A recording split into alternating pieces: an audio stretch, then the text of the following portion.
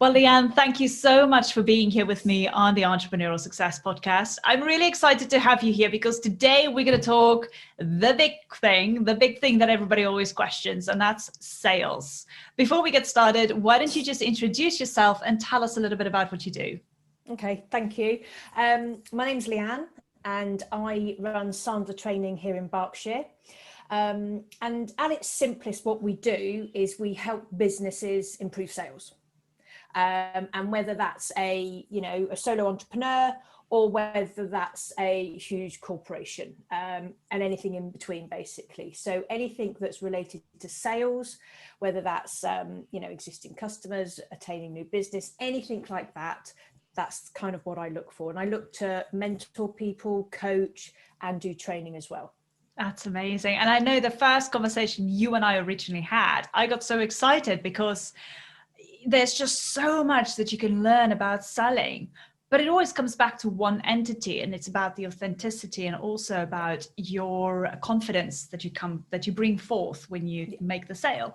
But before we dive into all of those lovely nitty-gritty golden nuggets that we're going to give the audience here today, tell us a little bit about how you got started. What was your background like, and how did you start your business? Okay, well, I started selling quite a few years ago, over 20 years ago, and I was selling encyclopedias in Australia. Can you imagine it? That's brilliant. Going around the country selling encyclopedias. And I absolutely loved it. I got to see the country, I got to work with some great people, and actually I got to help families help their kids, get on in life and things like that. So that's where I started. And then I came back to the UK and I got into field sales and I worked my way up. So I've been in corporate for, 20 years. And I worked my way up to sales director of a large multinational company. And that was less selling myself, but more the sales strategy, the sales process, that type of thing. So I've gone through all walks of the sales cycle. I've done the selling, I've knocked on doors, I've done the field sales, I've done the cold calling, the sales management, and then obviously up to the sales strategy. And in my last role, they decided to then close the business. So we made everybody redundant. And that was my second redundancy. And I just kind of thought, you know what? I need some time to reflect, and I need time to look at what I want to do for the next 20 years. Do I want to carry on up the corporate ladder, or do I want to do something different and give something back? And that's how I kind of looked at it. I kind of thought, I've had 20 years of having some amazing experiences, learning so much from some really, really good people. Actually, how can I give that back now? And so I started to look at, okay, let's look at my own business. Let's have a look at what I can do. And I think, starting your own business in the middle of a pandemic, you've got to be a bit bonkers to do that, really. But I thought it was the right thing. And so, yes, I bought a franchise. So Sandler Training is a, one of the biggest sales training companies in the world. It's massive, but it's all franchise. And their content and what they deliver really resonated with me. And actually, that's how I sell. So I thought, instead of going, fully into, oh my God, I'm by myself, I found franchising kind of a midway point. So yes, it's my own business, but actually I'm still part of a large group with that support. And don't get me wrong, the support you get from Sandler is amazing. There is always someone there that has done something or knows of someone that can help you. So it's a really good kind of midway point. And so, yeah, I started at the beginning of September, in the middle of the COVID crisis. And yeah, that's why I'm here. I love your story, but I think what fascinates me is the amount of experience you have. And this is why I wanted to get you on the podcast, because just from our initial conversation we had a few months ago, I remember very clearly that you and I spoke and we just clicked. Yeah. And we were just talking the same language, but so much so that from your experience, I just know that the value that you can offer people, helping them, mentoring them, training, and, you know, just the level of expertise that you bring to the table is phenomenal. And that's why I'm so excited to talk about everything today. So thank you so much for sharing that. That's okay. Let's talk a little bit about selling. I think the first thing that crops up when we use the word selling is fear. And there's lots of fear. Yeah. From your experience, what do you kind of say to people who's experiencing this kind of fear? I think the fear comes from they don't want to be a pesty kind of sleazy salesperson that everyone thinks sales is. You know, if you look at how we buy, so if I go into a car showroom and want to buy a car and someone comes up to me and says, "Hi, how can I help you?" The first thing I say is, "I'm just looking." You know, I don't want to be sold to. And so if people have that, then they have that fear of selling because they think, "Oh crikey, I'm going to come across as this, you know, this sleazy salesperson," or they're going to say no. Yeah. And everybody hates rejection, right? Yes. So you've got kind of two levels there of how they're perceiving themselves, but also that kind of rejection that they need to deal with. And I think from childhood, you know, that kind of rejection thing, it's instilled in us, isn't it? We don't want it. We don't want the no. And so it's trying to get over that and think, okay, well, how can I push through this and how can I create sales? Because the people I work with now, you know, they are entrepreneurs. They have their own businesses. They're really good at what they do. You know, they've set up an accountancy or a law firm and they're really good. However, the first thing they need to do is sell. You know, they've got to get some customers or some clients. So that's the first thing they need to do. So it's about looking at it in a different way. And with sales, you find that people believe that, you know, that they're subservient, they're kind of at the lower rung and, you know, please, sir, can I have some more? And it's not like that. Sales is peer-to-peer. You know, I'm a business owner, you're a business owner. You know, if I'm selling to you, we're at the same level. So we need to create that straight away. And I think being able to do that is the confidence. And it's about three things. It's about behavior, it's about technique, and it's about mindset. Quite often people think, you know, mindset's the first thing. I have to get it right in my mind. But if you wait to feel good before picking up the phone to a stranger, you're never going to do it. So we start with behaviors. You know, what do I need to do to actually get those sales? Is it, you know, posting on LinkedIn or Facebook? Is it, you know, sending out mail, lots of mails, or is it, you know, picking up the phone? And once you've worked that out and you know what you have to do, then you start to do it. Yeah, because you've set your plan, you've set your goal. And, you know, a lot of entrepreneurs are, you know, goal driven. And they'll be like, right, I've set that, I'm going to achieve it. You know, and even if it's a daily goal, I'm going to call 10 people today, right, that I'm just going to do it. And so you get over that fear of, oh my God, I'm going to get no's. And actually, yeah, you are going to get no's, but you learn from them, don't you? Yes, absolutely. You always learn from your mistakes and your no's and things like that. And yeah, so. I really do like that, because I think, you know, fear of rejection is the biggest one, like you said. The other one that I've kind of noticed, not within myself, but with my clients as well when I work with them, is the fear of how people are perceiving them, how people are seeing them. Yeah. So it's kind of like, what is that word? Fear of how people think of them or talk about them. And that comes back to confidence every single time. So everything that you do, all of these fears just come back to the confidence that you have. But also I find very much, you said the word there, it's very much about your belief system. You got to get over that belief system as how you see sales. And I train my clients to say, hey, selling is one of the most beautiful transactions that can happen between two people or between two companies. And they go like, how come you say that? And it's like, well, let's think about it. I learned a saying from a mentor of mine that said, there's no transformation without a transaction. And when I heard that, I thought, oh my gosh, that is exactly what I needed to hear, because now I felt more confident saying to my clients that, or to my prospecting clients, that I can help you with X through a transaction. And that's why I'm saying it's a beautiful transaction, because you can't give something for nothing. That's the law of nature. You can't give something for nothing. There's always going to be a transaction between two parties.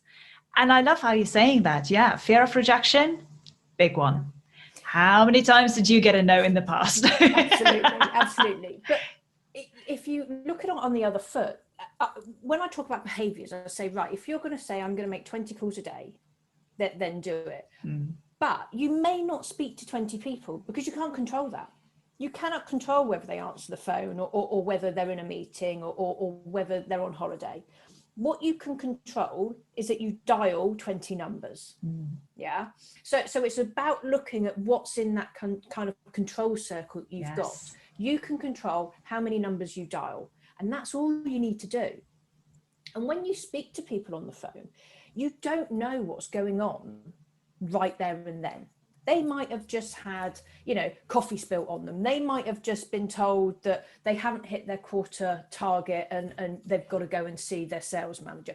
You have no idea what's going on in the moment. So when you call and you get someone that's, quite offish and, no, I don't want to talk to you, it's not you. It's the circumstances they're in right at that moment. Because they don't know you. And what we need to look at is splitting out your identity to your role. And your role at the moment is doing the behaviors, but they're not saying no to that identity. They're just saying no to that role because right at that time, it's the wrong time for them. Oh my gosh. Honestly, when you said that, I just had a light bulb moment. It's so true, because they're not rejecting you as a person. It is just the circumstance at that moment in time where they're just saying no to. And I think this is a huge, huge light bulb moment. And for those of you listening or watching this video, if you have the fear of rejection where people say no to you, or if you're fearful of putting yourself out there, remember, people are not saying no to you as an individual. They're just saying no to the circumstance, no to that at that particular moment. It doesn't mean it's no forever. Yeah, it doesn't mean it's no forever. They can change their mind in a week's time, in a couple of months' time, in a year's time. That's amazing. I've made calls where I've had an absolute abrupt no, don't talk to me. And I've tried again in 3 months' time and it's completely different and I've made a sale. Yeah. It's just circumstance, and you can't control their circumstances. That is not in your control. The only thing you can control is dialing the number, and coming across authentic, and also coming across, as not being pesty, but actually, is this the right time for you? Or have I caught you at a bad time? Being quite honest about why you're calling, and if they say, yeah, actually it's a bad time, fine, call back. Yeah, it's about persistence. They might have just dropped their coffee, So it's about that persistence, not giving up, not turning away when you get the first no and say, oh my gosh, this is not working for me. I can't have a business. I can't make even one sale. That's not it. Persistence does pay off. It does, and it goes back to the beginning when we were talking about the plan and your daily, weekly, monthly goals. If you have a plan to achieve X amount of revenue that month, you need to know how you're going to do that. It's not going to suddenly appear in your inbox with someone random with an order. It doesn't happen. So actually, what are the behaviors that you control every day that's going to allow you to achieve that goal? And every business is different. Some businesses might do cold calling. Some businesses might only use social media. Some businesses might only use kind of MailChimp or networking, or they might have some strategic alliances, or they might just grow by referrals. So if you're one of those businesses and you've grown from referrals, are you asking every single person at every meeting for a referral? you know, and that's just about having a confidence. And that's not saying to people, look, give me my next client. Yeah. That's saying, do you know anyone that would have value out of having a conversation with me? That's it.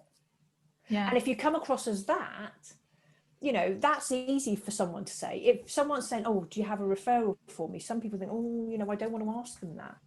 But having a value out of a conversation with me just comes across as a conversation. Yeah, I love that. I honestly do love that. Let's talk about the conversation then. Yes. Because this is something, and I say this as well, making a sale is as easy as having a conversation. Yeah. And when I do say that to my clients and to people, they go like, how? What do you mean? Because again, you know, comes back to the fear and everything cropping up and they can't feel that they can talk. But I think if you can have a conversation like you and I are having a conversation here right now, if you can have a conversation like that with a prospecting client, it makes it so much easier. But what are your, how can I say, what are your way of thinking of a conversation in comparison to how other people think of that conversation? I think for me, having a conversation with someone, especially in the first meeting, for me, it's finding out about them. How can I help them? Because, and it's to be honest with the prospect as well, to say, look, you know, let's have this conversation. If what you need is not what I can offer, I'm going to say that, you know, I'm not going to, you know, say that I can do something I can't. So get that up front, because it takes away, you know, the prospect thinking, oh, they're going to try and sell to me, you know, and it turns it into a conversation, because you're turning around and saying, look, if I can help, great, let's talk more. If I can't, I am actually going to tell you I can't help you and actually point you in another direction. Yeah. So it kind of takes that away straight away, doesn't it? It's that kind of fear of, oh, are they going to sell to me, or oh God, I've got to sell to them. So and it's about having a conversation with the prospect about their business and their concerns. What's their issues? You know, what is their pain? You know, why are you sat in that chair right now? You know, and if they don't have any pain and they don't have a commitment to fix any pain, then it's never going to be a sale for you. And as long as you follow a process, because sales is a process, like anything, isn't it? You know, operations have process, accountants have process. Sales is exactly the same thing. It's a process. Yes. And once you learn that process, then you know there's nothing to be fearful, because the prospect, you never know whether they're going to buy from you or not until you go through that process. You know, and you sat there thinking, oh crikey, you know, is this going to be a sale or not? You know, you might be sat in front of someone that you've tried to get in front of for 6 months, but actually when you're there, you're thinking, I can't help this person. That isn't a no, that isn't a loss. It just means you can't help that person at that time. And that's what prospecting is about. It's about finding qualified leads. Yeah. You know, if they don't have a need, then they're never going to buy.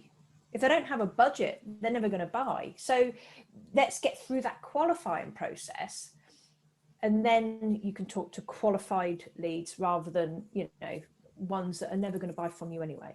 You can't help that. You can't control that either. It's very true. You can't control it. And that's what I sometimes find when I talk to my clients, is they kind of find that if the prospecting clients, which they think is the clients that they want to sign up with, they kind of bang their heads against this wall the whole time. They're getting a no, they're getting a no, they're getting a no. And they're going, well, I'm just not getting any results, so I'm just going to give up. And it's like, no, don't give up, please don't. There's so much more you can do. But I love the way you're talking about that conversation, starting the conversation being open up front, saying, hey, let's go through this. And if I can help you, I'll let you know. If I can't help you, maybe I can divert you to somebody else who can, but I'll let you know up front. And I think that is a brilliant way to start a conversation, because it puts ease on both parties. You don't cause that tension where they go like, when is she going to sell? When is she going to sell? When is she going to sell? Or absolutely. What moment do I need to chip in and talk about my program or my service? It's about coming across as authentic and having the conversation, but putting you on the same standing as the prospect. That's what it's about. And if you can, if your first sentence comes across as something that is not beneficial to you, You know, and that's when you're in front of a customer. That's actually on a cold call. You know, hi, is this a bad time? Yes, no, or whatever. But instead of saying hi, how are you? You know, every salesperson in the world says that. Every buyer, as soon as they hear it, oh, another salesperson. You know, they hear it straight away. So, you know, interrupt that. It's a pattern interrupt. Yeah. You know, say something that isn't going to benefit you straight off. You know, and it really does help. I agree. I kind of use the same principle when I talk to prospecting clients. Is when we get on a call, as an example, chat a little bit, you know, just getting to calm the nerves because it's the first time we're interacting. And then I'll ask them to tell about themselves. And this is the thing, I use this in my podcast as well. It's a bit of a psychological thing, but when people start talking about themselves, they start relaxing because they're in a comfort zone. And this is what I do in my podcast. When I have people on for an interview, the first thing I ask them is to tell me their story, their success story. But also it puts them in the zone of comfort, in the zone of them shining, coming from a place of talking about themselves. And then the whole conversation is a whole ease from there onwards because they're comfortable, they're relaxed. So I do that as well, you know, breaking that pattern, as you say, from the usual salesy conversations people tend to know of. But it's part of the system, which you brought up as well. There's a whole system that I follow, and I teach the system to my clients as well. And once you've got that system, then you as an individual can relax because you're confident knowing that you've got things that you're working on. You don't have to worry, oh my gosh, what am I going to ask next? Oh my gosh, where is this conversation going? Yeah. You just follow the system. Yeah. It's the best way. And the thing is with any kind of process, system, technique or anything, once you keep on using it, the better you get. Yeah. And quite often I find, you know, with sales training that just does technique is people come out of, you know, they'll have a day sales training or 2 day and they come out and, wow, this is amazing. You know, I'm going to use this. You know, 2 weeks later, they've understood 50% of it. And then 3 months later, they've maybe used one thing. They used it once, it didn't work. They've never gone back to it. And sales is like anything. It's with technique. You know, if you're an athlete, you don't get to jump over you know, the really high hurdles on the first run. You know, you have to practice. You start off small and you get bigger and bigger and bigger. And it's the same with sales and technique and everything. The more you practice it, the better you get. Yes. And I'm a big believer of learning from your mistakes. You know, that first phone call or that 10th phone call where you come off and think, damn it, I should have said this. You know, I've had hundreds of those, but you know what? My next call, I absolutely nail it because I'm so conscious of the mistake I made. I think, right, this is what I'm going to do to this one. This is how I'm going to fix that. And the next call is so good, you know, and it might not come to a sale, but I come off of it thinking, yeah, I nailed that. That's good. Yeah. And then I carry on going. Yeah. And it is about, it's consistency. Constantly using your techniques, and you will hone them. You will get much better, and as soon as your technique gets refined, your attitude starts to, you know, get much better, and you believe in yourselves. Exactly. It's beautifully said. And as you're talking, I can visualize myself and see myself when I started as a coach having those first conversations. And I was like, oh, I don't know how to have this conversation. I want to make a sale. And I get a no, and I'm going, damn. Okay, so where did I go wrong? And that's where I started telling myself that it's not mistakes that I'm making, it's lessons. I'm learning lessons here. And it's exactly like you said, my whole process changed. I changed. The more things developed, the better I got at it, the more my confidence grew. And then when I hit that point where my confidence was, you know, when I was like, I'm not scared of selling anymore. And honestly, I'm not. I had to get over that fear, but it took time. And I was willing to learn those lessons and apply them. And yeah, I didn't have the fear of selling anymore. And it's amazing to be in that place where you don't have that fear of selling. But also, it is not about coming through as an unauthentic salesy person. I had to go through self-development as well, where I had to discover my own uniqueness. And this is something that I want to talk to you about next, because I think this is something where people kind of tend to forget that they need to discover who they are. They need to discover what their strengths are, what their beliefs are, and just zone in on that and just use that. Don't try and pretend. Yeah. And their passion will come across. Yes.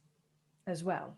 They really will. But with selling, and quite often, I do find when people are not salespeople, and they try to sell because they've obviously set up their own business, their biggest thing is they've got huge amounts of passion for what they do. Yeah. And if a prospect says, so tell me a bit about yourself, out it all comes, the whole lot.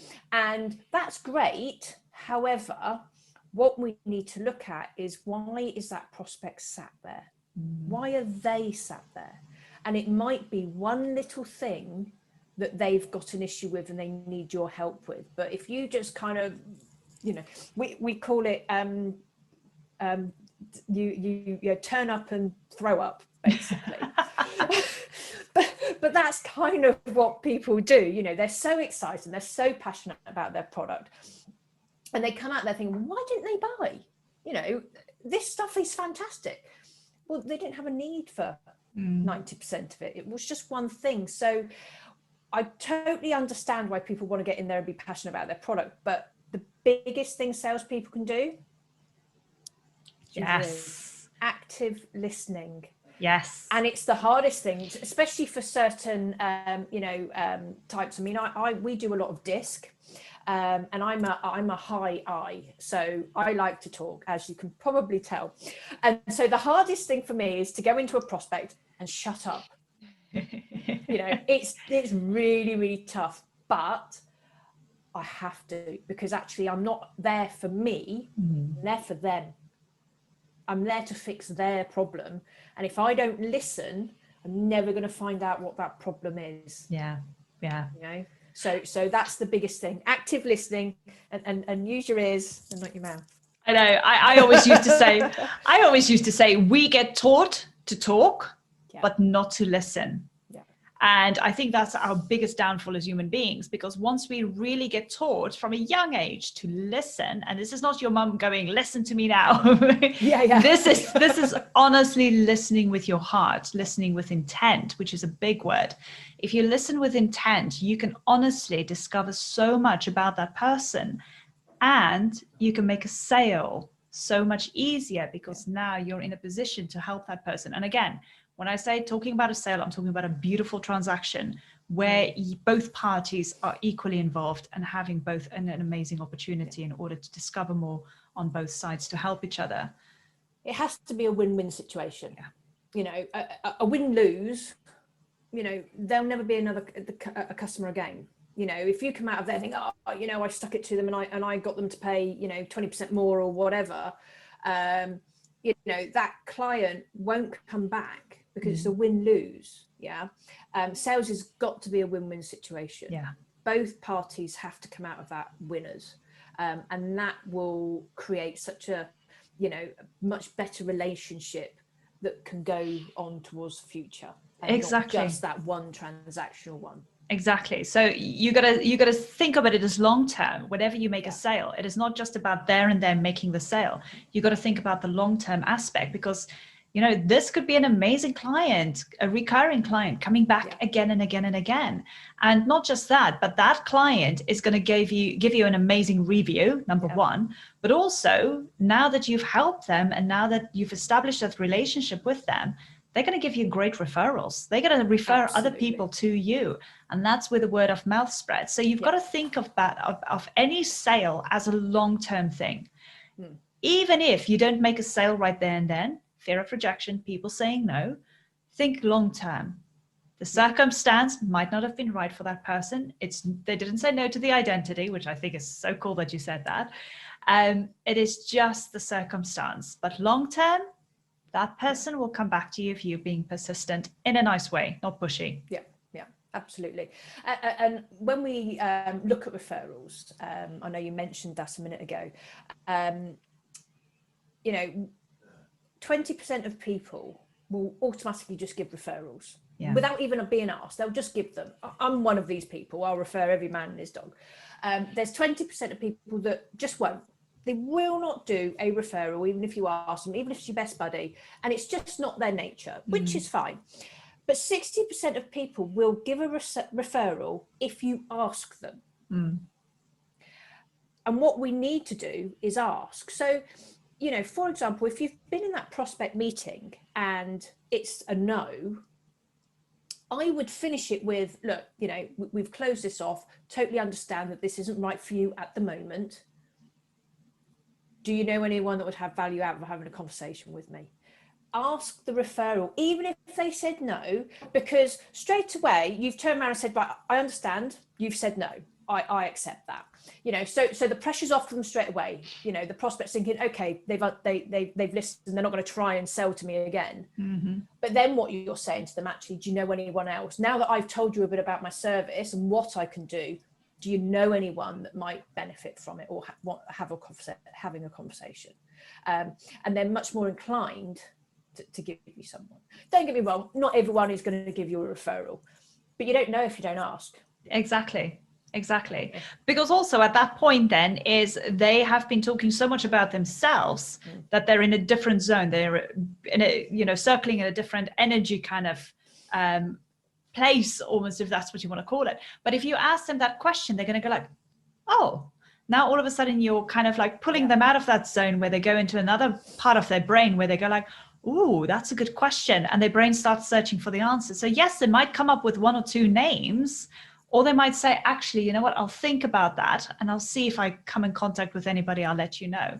But now you planted that little seed. Yep. And that's what makes it so powerful. Yeah, absolutely. Oh my gosh, you're giving so many great tips. So I want to ask you then, let's talk about tips here. For somebody who is starting out their business, who is now struggling to make the sales, who's having conversation after conversation, but not closing the deal, what is the one tip you can give them in order to close the sale? I think the biggest thing is qualify. You know, what we tend to do, traditional sales, we tend to, you know, an easy qualification. We'll talk to everybody and anybody else, anybody can buy from us. And it's a hard close. It's a long close. It can take a few months or whatever. What I would do is qualify them really hard, because actually if someone's saying no to you, you know, they might not have even been a qualified prospect at all. So you don't count that, because if they're not qualified to buy, then it doesn't matter if they say no, because they were never going to buy.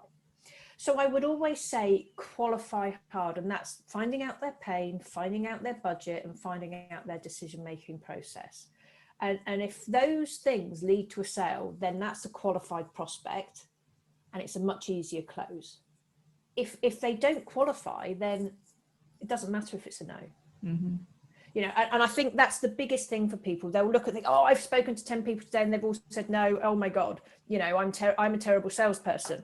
Well, those 10 people might not have ever been in a position where they've wanted to buy anyway. So them saying no, all it's doing is actually discounting them from being a prospect, not from a sale. I love that. You know, that is really, really well said. And let's talk about somebody who has been in business for some time, who is now getting a lot of no's, especially these days. Okay, there's so much happening around the world, and people have got this kind of fear where they go, I've been in business, but all of a sudden now with what's happening in the world, I'm not getting sales and I'm getting a no after a no after a no. What kind of tip can you give them in order to help them maybe change their mindset, where they just get this, or this fear of rejection is just growing now into this enormous big bubble which they feel they can't get out of? I think when we first start selling a product, because we don't know it, you know, we are so eager to help people and things, and we listen more. Yeah. So because we don't know what we're selling, we don't know the product, we're quite new at it, and we're really eager, and we're at that kind of initial stage, and we tend to get loads of sales. And God knows how, but that's how it happens. And then as we start to learn more and more about the product, we tend to get a bit more confident, and we know what we're doing, and we paint seagulls in people's pictures. So our prospect might have a picture of what they want, But because we know best, we know our product, we say, well, we can do this, this, this, and this. And actually, that's not what the prospect wants. So it goes back to listening. You know, and yes, you've got an amazing product. Yes, you know absolutely everything about it, and you believe your entire product or service can help this customer. But it goes back to what the pain is of that prospect. It's not about your product. It's not about you. It's not about your features and benefits. It's not about your unique selling proposition. It is about the prospect's pain. And I think a lot of the time it's really hard for salespeople to dial that back, because, you know, they might have been in the industry for a number of years and they know absolutely everything about it. And they want to come across as, you know, authentic and a trusted advisor. Yeah. And I totally get that. However, it's not being a trusted advisor if the person doesn't need that product. Yes. So again, it goes back to that listening, and it's the hardest thing for a salesperson to do, to be fair. Especially for us who loves talking. I mean, oh my goodness, we can talk hours and hours on end, especially about this topic, because it's something that's really close to my heart. And I think it is something that if you can kind of conquer the world of selling, conquer the fear of selling, you can honestly do so much for yourself in your business. It's just getting over that hurdle. But Leanne, oh my gosh, this has been amazing. I want to thank you so much, because I think you've given so many great golden nuggets. Even for me, I had light bulb moments going off where I was just making notes like crazy. So I really appreciate just having this conversation with you and being here with me. However, before we go, you've got an amazing free workshop for the audience where they can go and learn a little bit more. So tell us a little bit about this workshop. So I do these every 2 weeks. They're 90 minutes. And what we do is, and it's not a webinar whereas I just sit there and talk for 90 minutes, because, you know, most people will be asleep within 20. What we do is we discuss everybody's sales concerns. You know, what are they? You know, and how can we help? And we go through a process of looking at, you know, the sales machine, the doing stuff. How do I get more prospects? We look at process and things, but we discuss collectively these sales concerns. And the biggest thing I hear people say is, oh my God, I didn't realize everybody else has got the same as me. Even though we're all different industries and we sell different products, everyone's got the same concerns. And so we discuss those, which is really great. And then we look at, you know, traditional sales processes, how people sell at the moment, how people buy, and actually how any alternatives, how can we kind of change that so that we're at that peer-to-peer level and we have a lot more confidence in ourselves and things. So yeah, it's a really, really good workshop. I get a lot of people, you know, texting and emailing me the day after saying, I used that. I use that tip, which is great. And that's what it's all about, right? Yeah. That it's about people coming there and, you know, if they're sat there 90 minutes and they take one thing away, then brilliant. My job's done. Oh my gosh. And I think it is the best workshop to go to, because like you said, it's not a webinar kind of per se where you just talk. It's very interactive. It's very engaging where people talk amongst each other. And I think that is brilliant, because it also kind of pushes you out of your comfort zone a little bit in order to interact with other people who's got the same problem as you. And then collectively, like you said, the solutions just start unveiling themselves. Yeah. And with the tips and the advice you're giving them through that workshop, they go like, oh, never thought about that. And just like here today, we just had an amazing conversation. I'm sure you said so much here that other people now listening to this go, oh, I haven't thought about that. That's great advice. So so for those of you out there listening or watching this video, by all means, the link is below in my show note. Go and sign up for this free workshop from Leanne. Trust me, if you loved what she said here today, you are going to fall in love with her workshop, because I think it is of absolute tremendous value to be in an environment where you can talk about what your fears are, what you're struggling with, and having those tips coming back to you so you can use them right now in your business. So, Leanne, thank you so much. It has been an absolute pleasure having you here. And let's stay in touch, because I want to know more about your workshop. I think I'm going to go sign up. Not a problem. Oh, bless you. We'll be in touch very soon again. Okay, thank you.